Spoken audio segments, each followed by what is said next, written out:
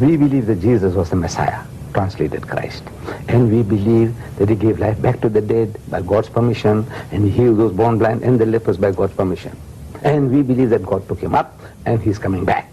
Now, all this the Christian doesn't know.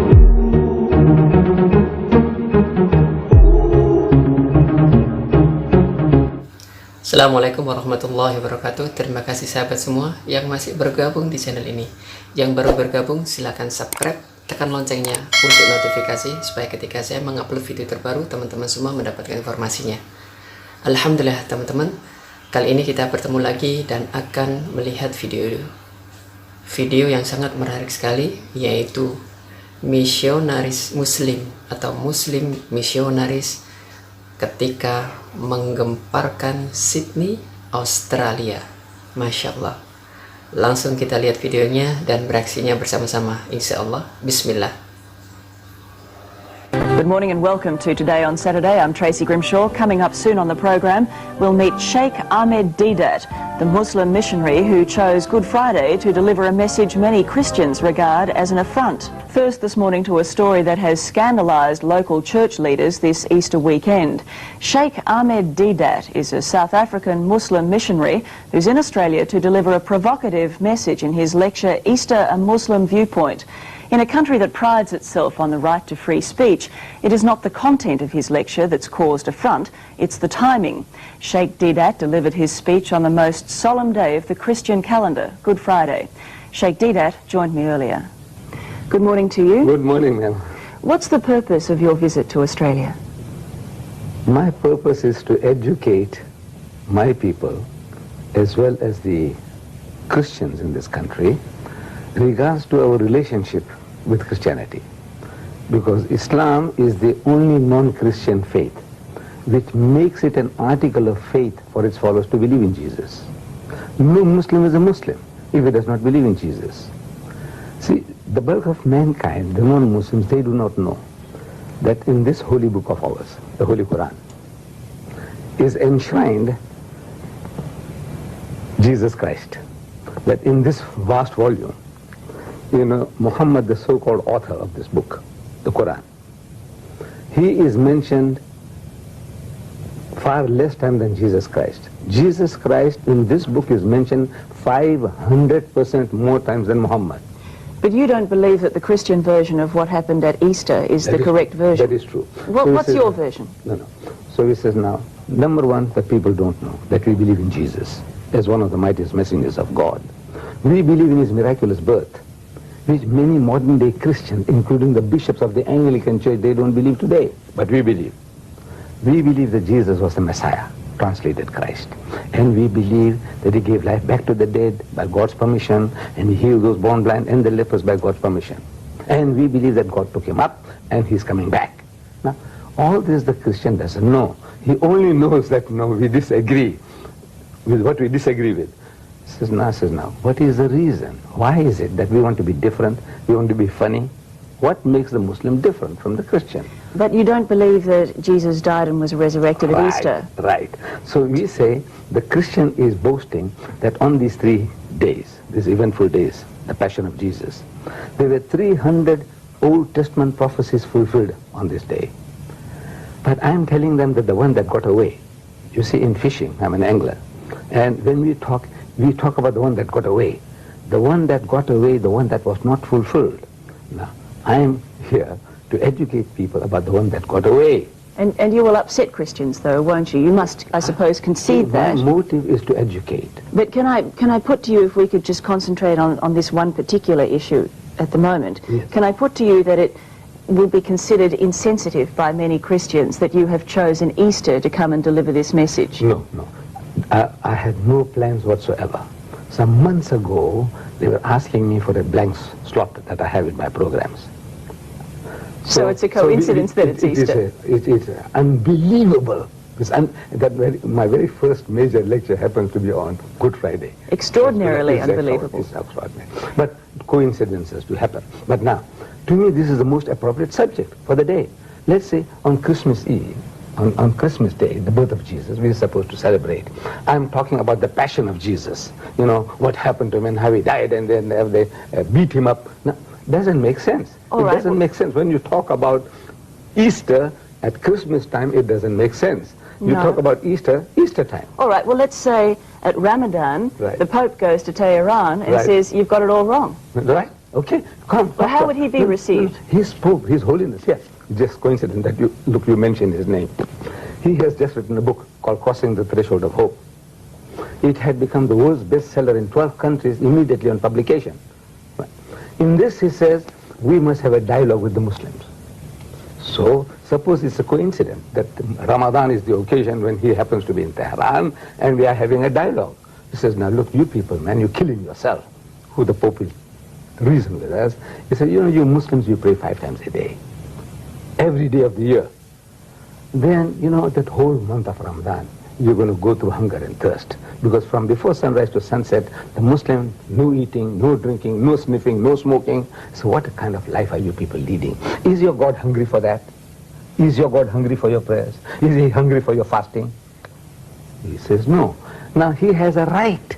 He has a right to say, look, there is an easy way. Can I ask you this? Are you expecting trouble on your visit to Australia? Because I notice you have 2 bodyguards in the studio here. This is the first time in my life. I don't know Australia.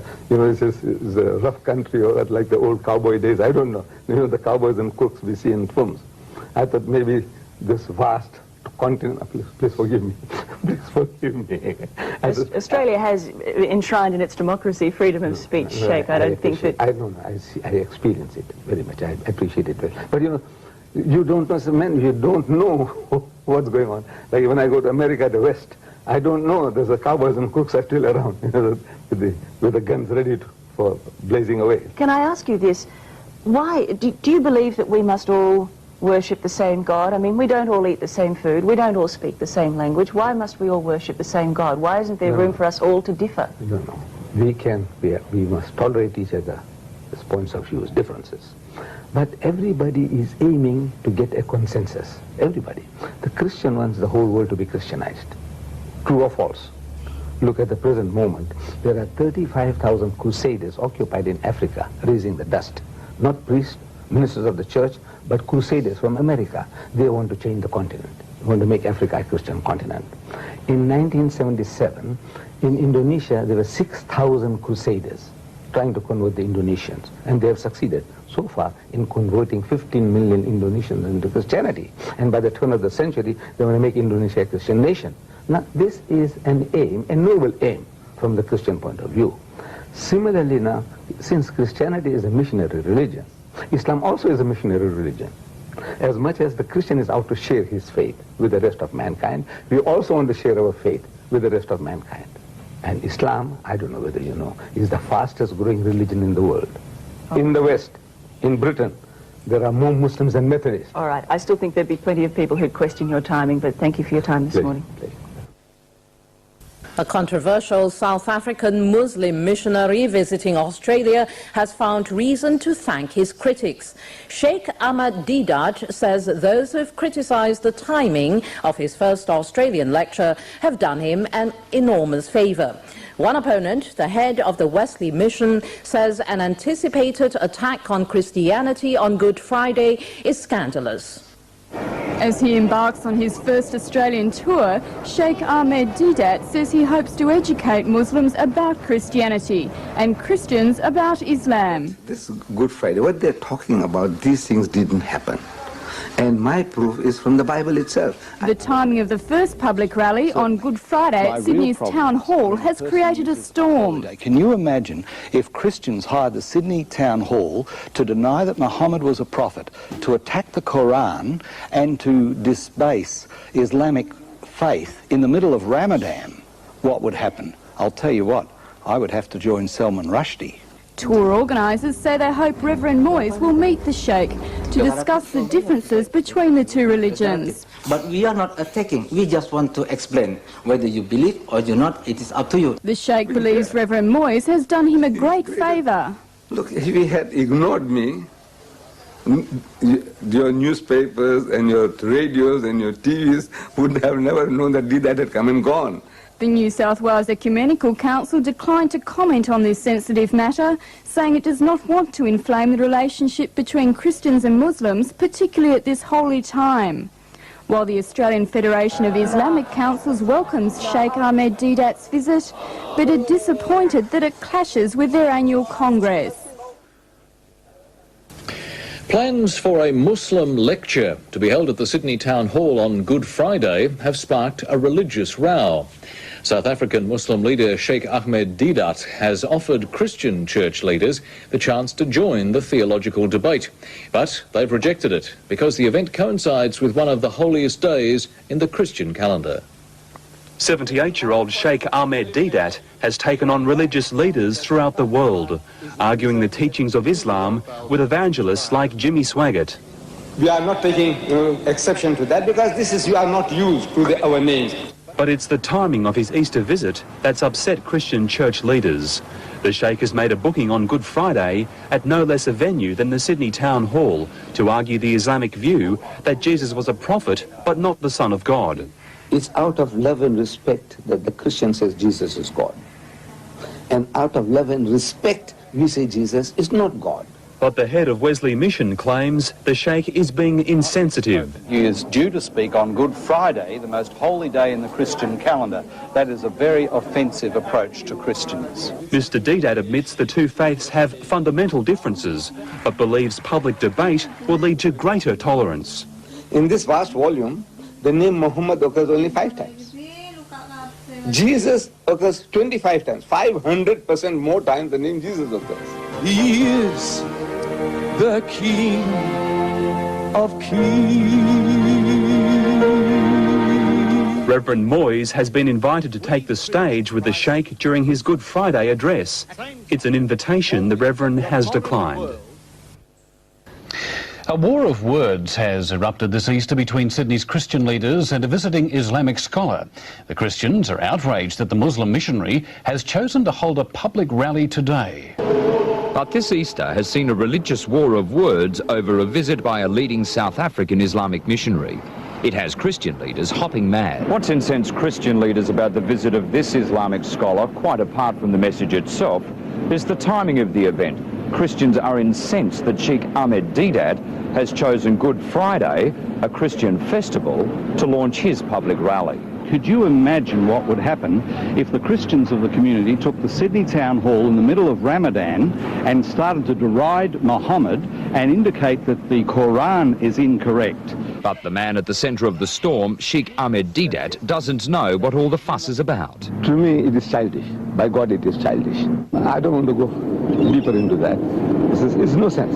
The Catholic and Anglican Easter messages centred on trust, violence, and our descent into savagery. Progressively, we are becoming an arrogant, ruthless, bullying society, and that is not our inheritance.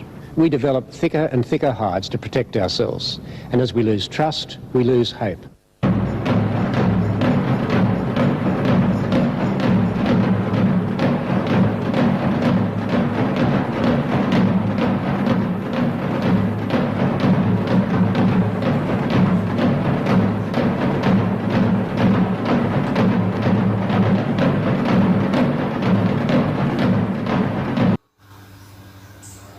Subhanallah, Allahu Akbar. Itulah Syekh Ahmed Deedat yang sangat fenomenal di dunia dengan dakwanya. Semoga dari video ini kita bisa mengambil ilmu, mengambil hikmah bagaimana berdakwah.